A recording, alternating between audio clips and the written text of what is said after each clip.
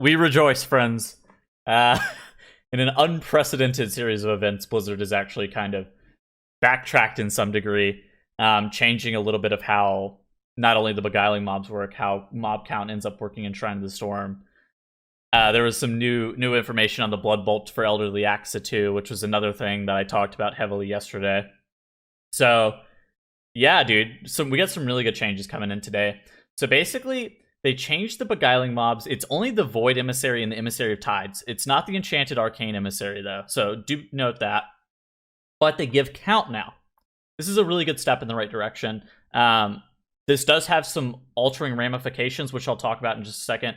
But basically, the mob gives count relative to the normalized mobs in that instance. So basically, most instances will be about 4 count. Obviously, Shrine of the Storm, we got the Attendants, the Spiritualists, all those mobs are 9. So that's going to be a 9. We have Toldagor here, which is either going to be 4 or 8, potentially. So basically, a bunch of the mobs inside of the jail give 8, while a lot of the mobs outside give 4. I would assume that it's probably going to be on the 4 end as opposed to the 8 end, because most of the other dungeons are, in fact, 4. This is pretty big, especially for dungeons like King's Rest, where you're really challenged to get count, so you're actually able to innovate your strategy in terms of like where you end up getting your count from. So some of the ramifications for this is dependency on rogues in order to not overcap count too terribly much. And this happens if you kind of think about it, because if you're taking a linear path through the dungeon without a rogue, the likelihood of you capping count just because of beguiling mobs, ambient trash inside the instance, the only real way to get a linear path there, it becomes kind of challenging. In dungeons like Temple of Seth Rallis, for example, you already hit like 120% count without a rogue. So some of those instances are going to be even more reliant on a rogue, where you're going to hit like 135%, or sometimes even upwards of that. Just dealing with some of these emissaries, because you do end up getting something in the range of probably like 10 to 15 emissaries per instance. So yeah, that's going to be a pretty big influx in count relative to the percent. It's probably going to end up being about 15-ish% of the dungeon as a whole that you can actually get from beguiling mobs. So that's going to be interesting. It's going to make King's Rest, I think, a little bit better of a dungeon. I know pretty much everybody was critical of King's Rest, of how you ended up having to do it, how it felt really tubular with no real innovation of strategy. So that's going to be pretty good. But yeah, the whole rogue thing is definitely going to be something interesting and something to note. So something else that we need to talk about is they've changed the mini-boss count relative to Shrine of the Storm, which, another very, very good change here. Windspeaker Heldis, Runecarver, and the Guardian Elemental all have been doubled since live. They are going to be giving 36 on the PTR that was 24. This 36 count, you can see it on screen here. I did kill Windspeaker and the Guardian Elemental just to kind of get a gauge of the count. It does end up giving 5%. So that's very nice. It helps counteract like the eel nerfs and all that other stuff. That plus the beguiling changes with that giving count is going to make you also go over count relative if you don't end up having a rogue, or if you're not skipping a lot of things.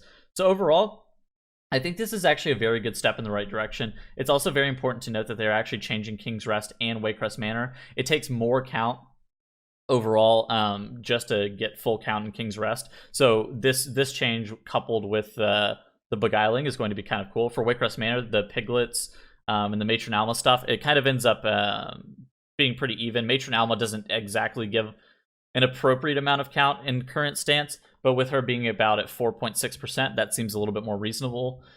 We know in Legion, of course, in Legion, there was a bunch of mobs that gave 5% count that were mini bosses. We can think about like the Mariners, obviously the Kings and Halls of Valor, the little elementals that were in front of Wrath of Ashar gave 2.5% apiece, so those were cool too.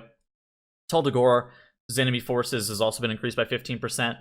That seems pretty reasonable to me, just because of how the instance ends up being done. Maybe Beguiling ends up giving 8 count, and that's part of the reason that they're making the PTR count for Toldagor go from 348 to 400. So this is also a pretty good change. So overall, a lot of these changes are definitely good steps in the right direction. Additionally, with the nerfs to a lot of the health from the Beguiling mobs, that also becomes very, very beneficial for the average player at hand. We're definitely going to see how Beguiling ends up shaping up in terms of player perception.